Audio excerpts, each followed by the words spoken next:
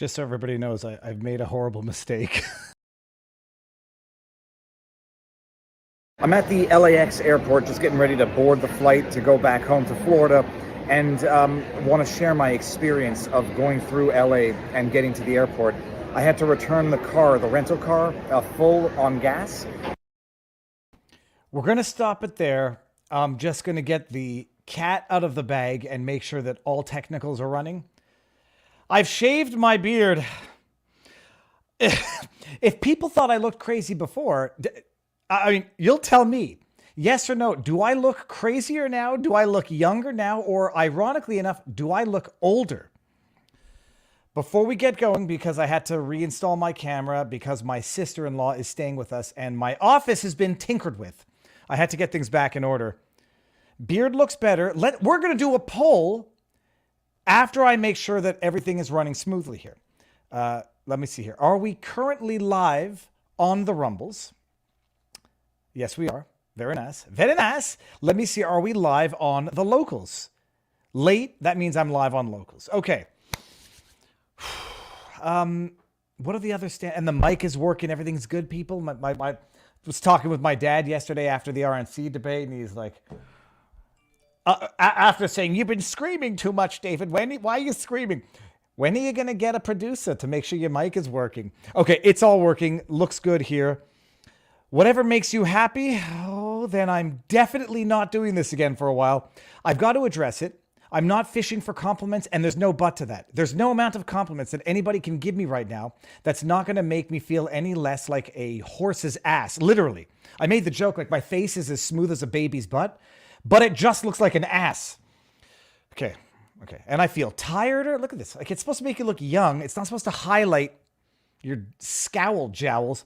Plus, it's like I'm not as tan underneath, which was the reason for doing it. I wanted to exfoliate the skin. It's been about a year since I've shaved it off entirely. Exfoliate, get a little tan. So hold on a second. Actually, we're gonna do this. I haven't done a poll in a very long time. We go here. We're gonna do add a poll, start a poll. So I go beard or no beard, and we'll do beard, and we'll do no beard. And I think it's going to be a hands down, unequivocal, unanimous, resounding result. I don't want to spoil it. I don't want to taint the results. But the poll is on YouTube. And then we're going to end that poll, end it on YouTube, and go over to Rumble. Good Friday, everybody. I have been traveling again this week. I hate traveling. I hate it. And this was the most pleasant travel experience I've ever had.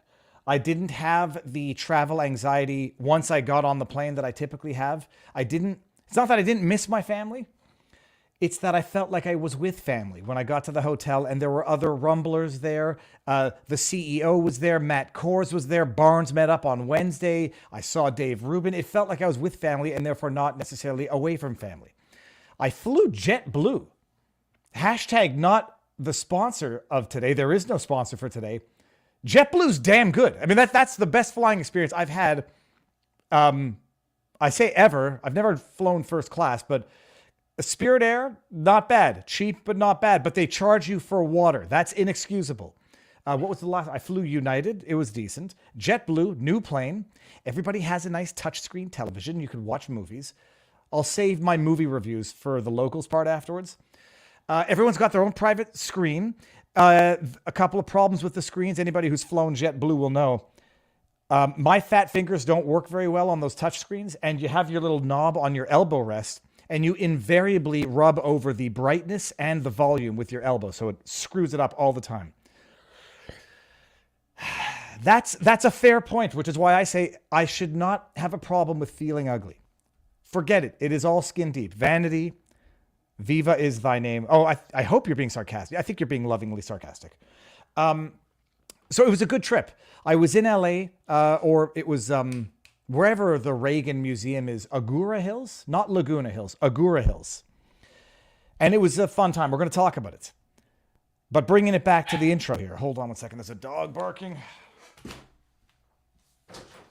Yeah, let's go.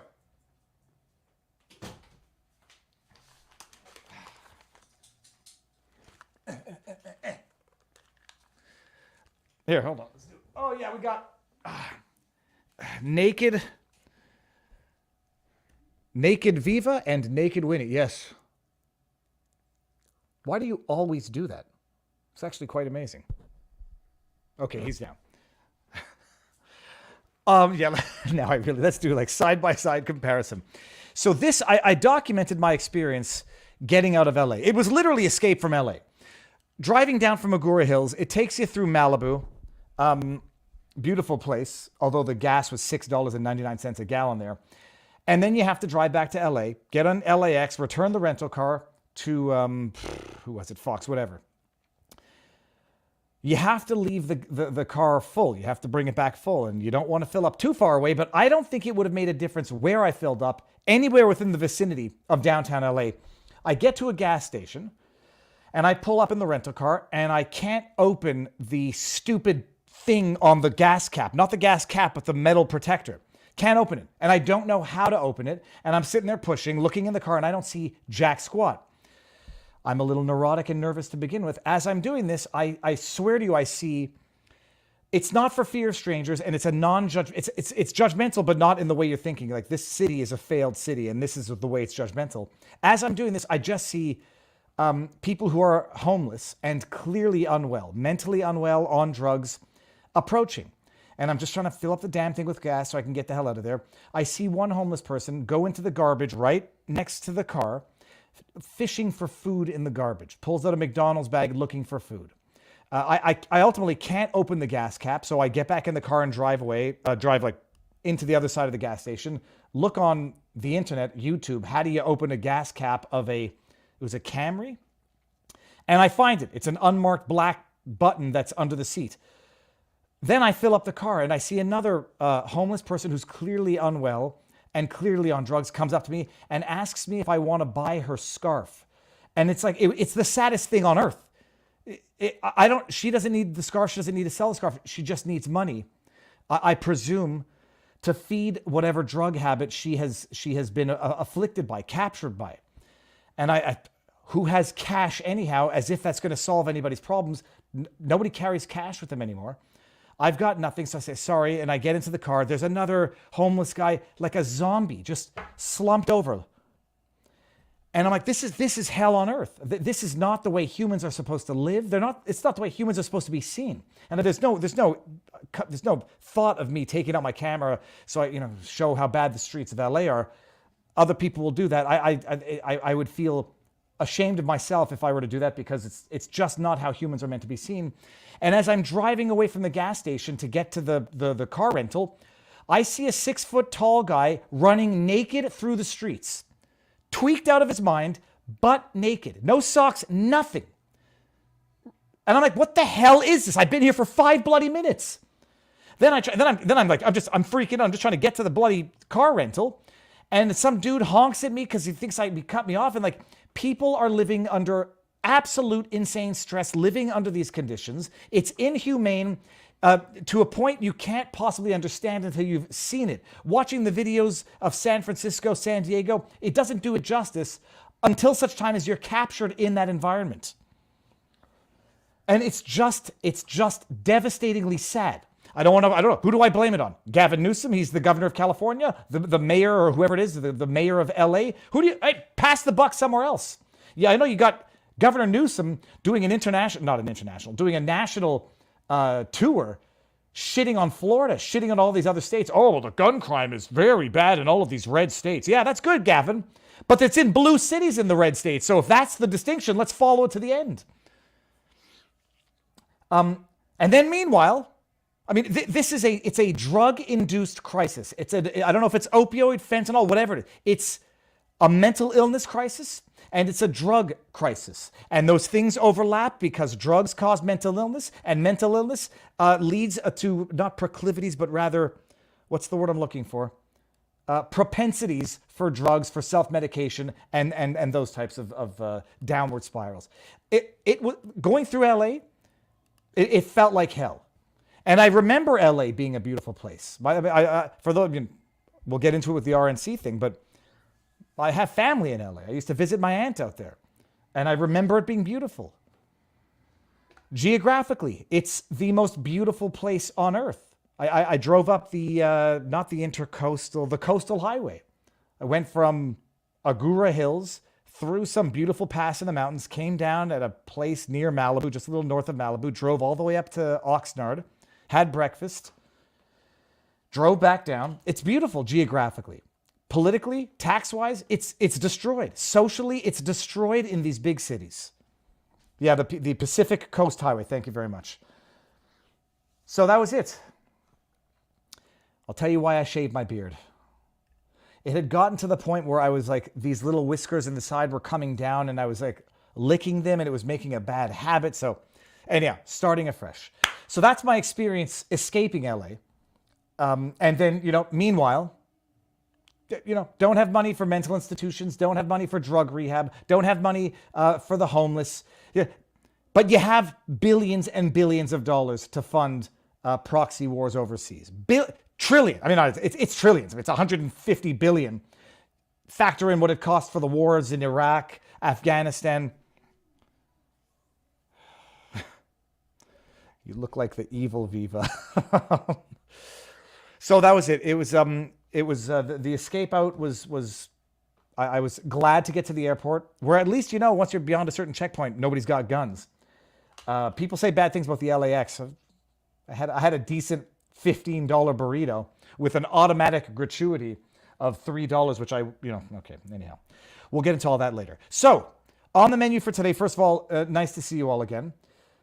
We're going to talk about Elon Musk at the border, talking about, securing the borders of other countries before securing the border of, I won't say ours yet, because I don't think America's my country, of yours, of America.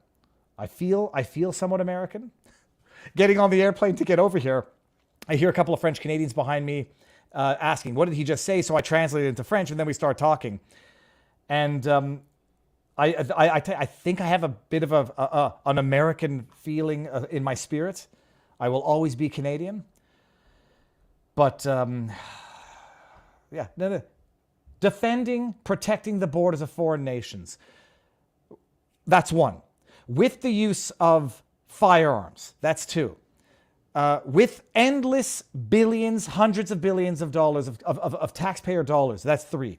Come back to the home. Come back to your own home, the taxpayers. Open the border. Absolute crisis chaos at the southern border. No, talk about gun restrictions. Well, what good is a gun going to do if the military comes after you? Well, you think it works in Ukraine, so you understand that it does something against the tyrannical government. That's two.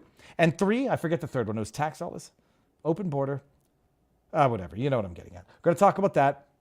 We're going to talk about Trudeau and my tweet. I hate Trudeau. Not a flex, but an admission. Not something to be proud of.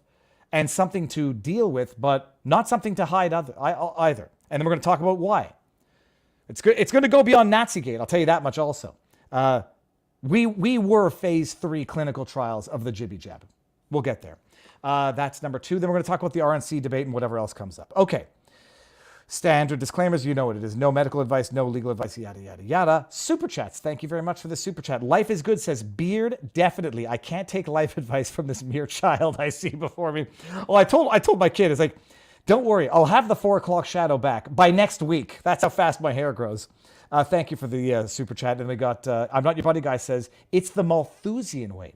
To cull humanity by reducing population via any means necessary, not limited to destroying lives and pushing drugs, pure evil.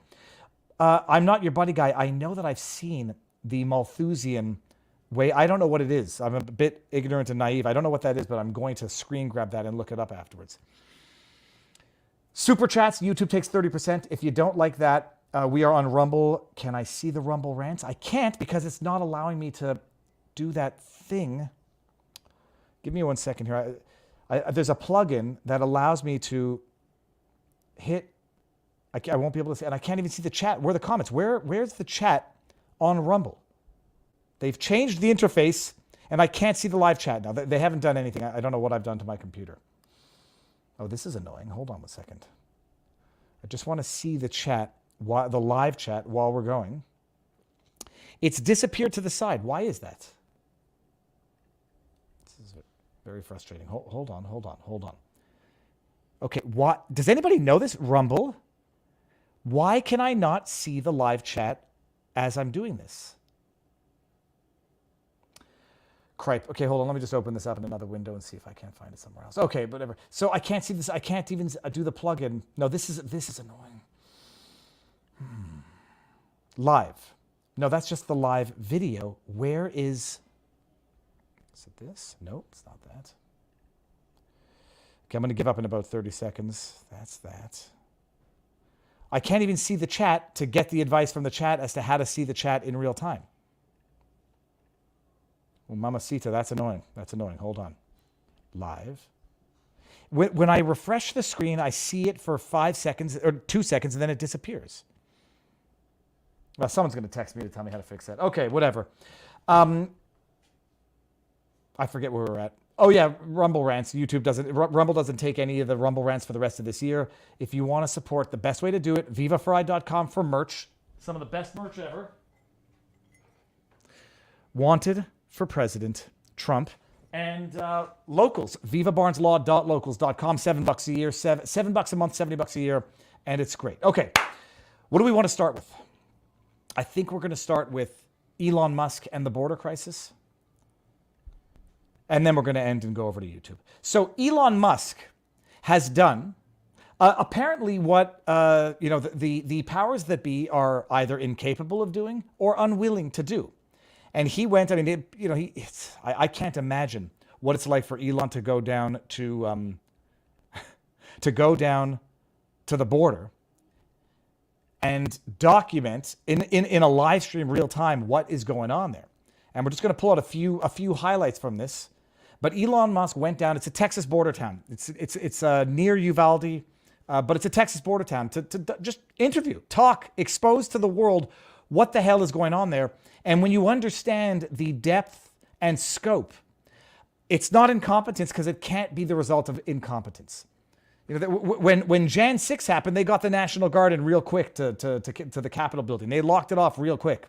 They tracked down each and every person who stepped foot in that Capitol building, arrested them, detained them, tried them, and convicted them, and sentenced them to exceedingly long sentences. They can't do that at the border for some reason. They leave some of the border protection to 2 patrol officers. Let's listen to this, and we'll skip to some good parts. Yeah, so here we are at Eagle Pass, and we're going to be meeting with the sort of major officials and law enforcement responsible for the border, and we'll hear directly from them and see exactly what's going on. Okay, let's skip brake ahead on the car, so that when it passes a heat sensor, the conductor has to stop the train, the illegals get off, the people come to get them, and all these thousands. You've seen the images of the illegal aliens on the train cars, and he's explaining how they've managed to do this. Listen to this. In counties where they're going to make it to the big cities like San Antonio. Two major rail lines come through my county, and on those the illegals ride. They actually control the trains because they know how to crank down the brake on the car, so that when it passes a heat sensor, the conductor has to stop the train, the illegals get off, the people come to get them, and all the stolen vehicles they're stealing from all over the country. Nearly every one of them's in a stolen vehicle. Okay. So then we get involved, and then they're trespassing on private property. Okay.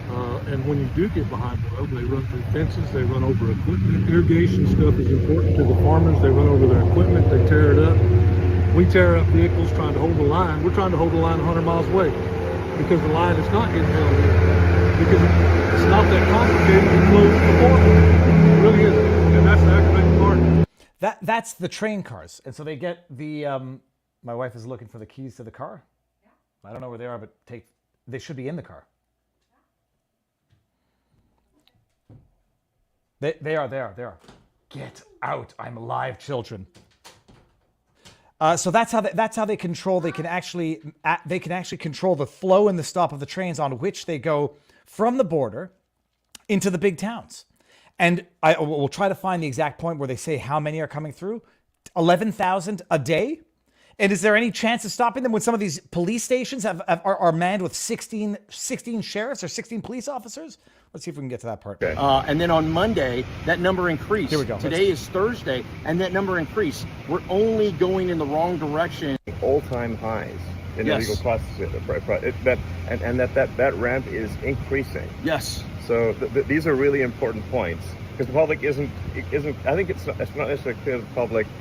Is this normal, or are we seeing an accelerating crisis? It's not getting better. It's getting worse. Last Friday last Friday a week ago. How many? Was a historic number, 11,000 people that came over. Okay. And then on Monday, let me pause that number for a second. increased. 11,000 people in one day at one specific border crossing. They said it in Russia. If you don't protect your borders, you don't have a country. Can't allow Russia to invade a foreign country. What do we have going on here? You've seen the images. You can decide whether this is a humanitarian illegal immigration, as if that would change anything, versus something much different. You could come to your conclusions on your own. Today is Thursday, and that number increased. We're only going in the wrong direction. This is a week. What happens 2 weeks from now? It's the wrong way. Okay. So basically, we're seeing unprecedented, the all-time highs, Yes. and increasing. And spreading.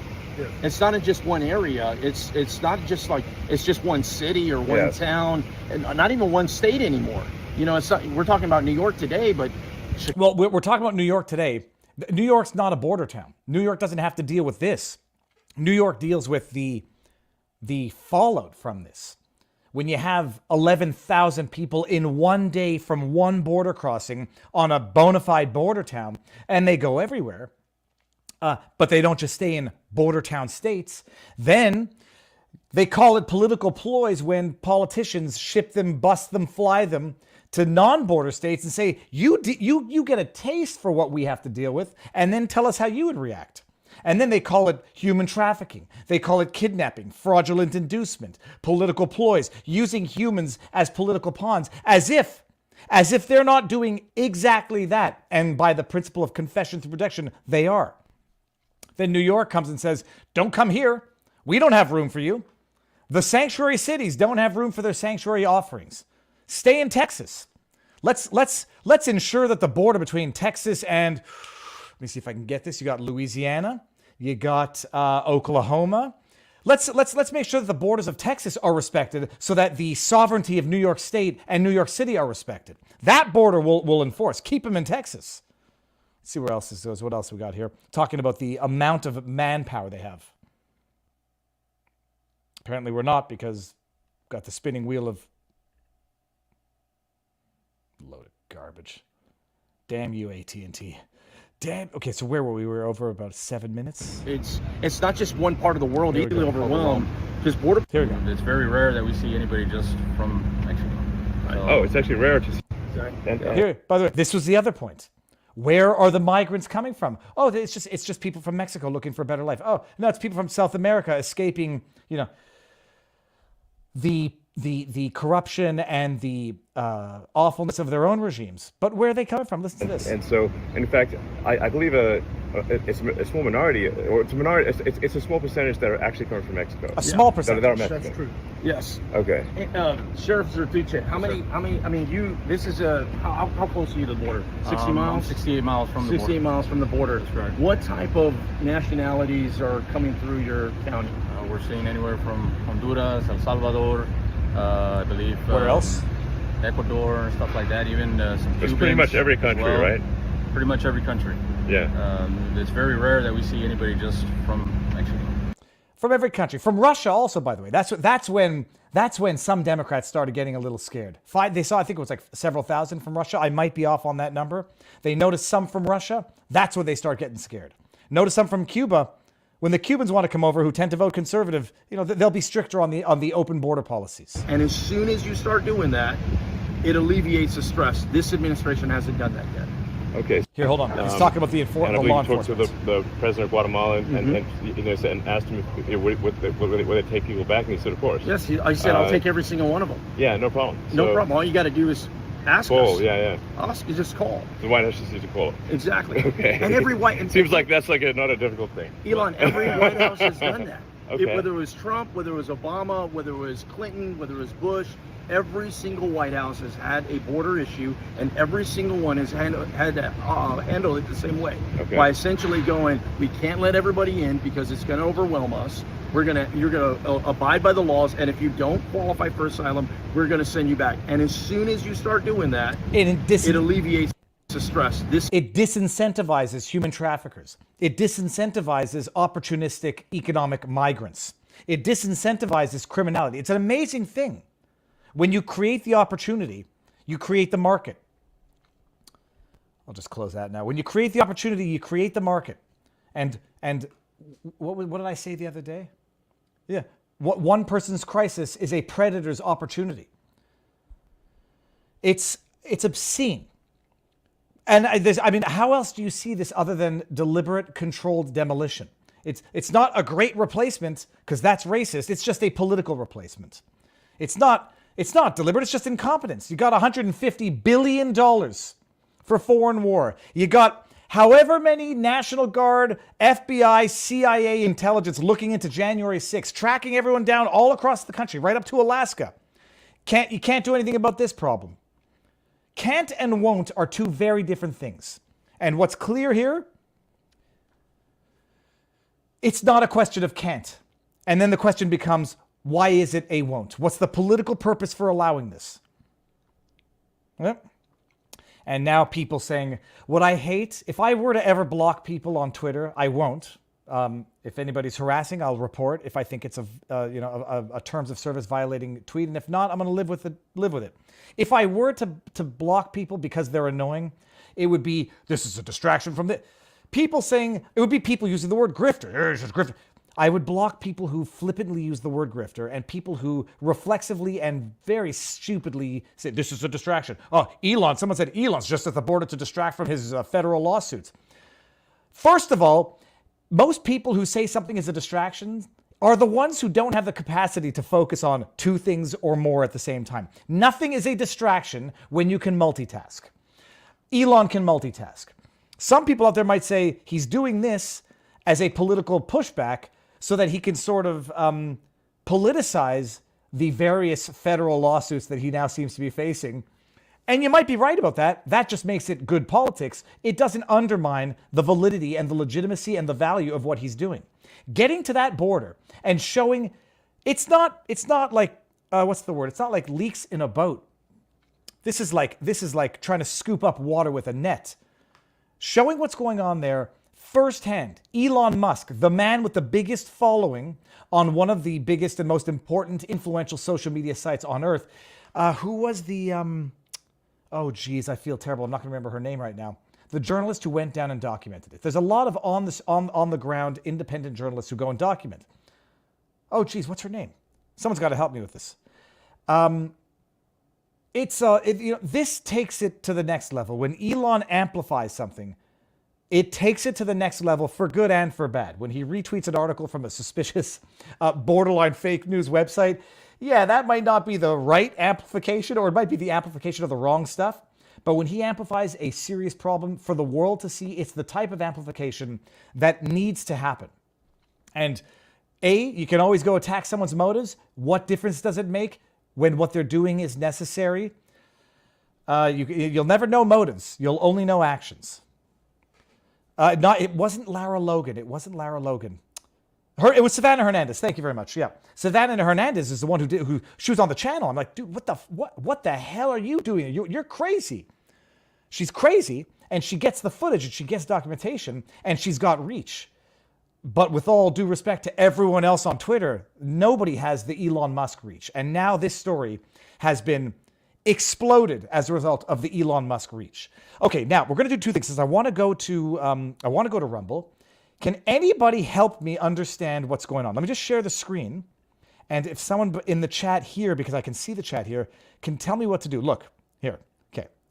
Okay. You see, ordinarily, I would see the live chat on the sidebar here. And when I go to refresh, you see, I just saw it right there for a second. Right there. And then it disappeared. What's going on? And now this is Meta Viva. This is going to go on forever. And if I click on the Rumble, it just makes it, this maximizes the screen. So if anybody knows what I have to do to get That, maybe, is it on the side? My feed, editor's picks, trending, watch, history, no.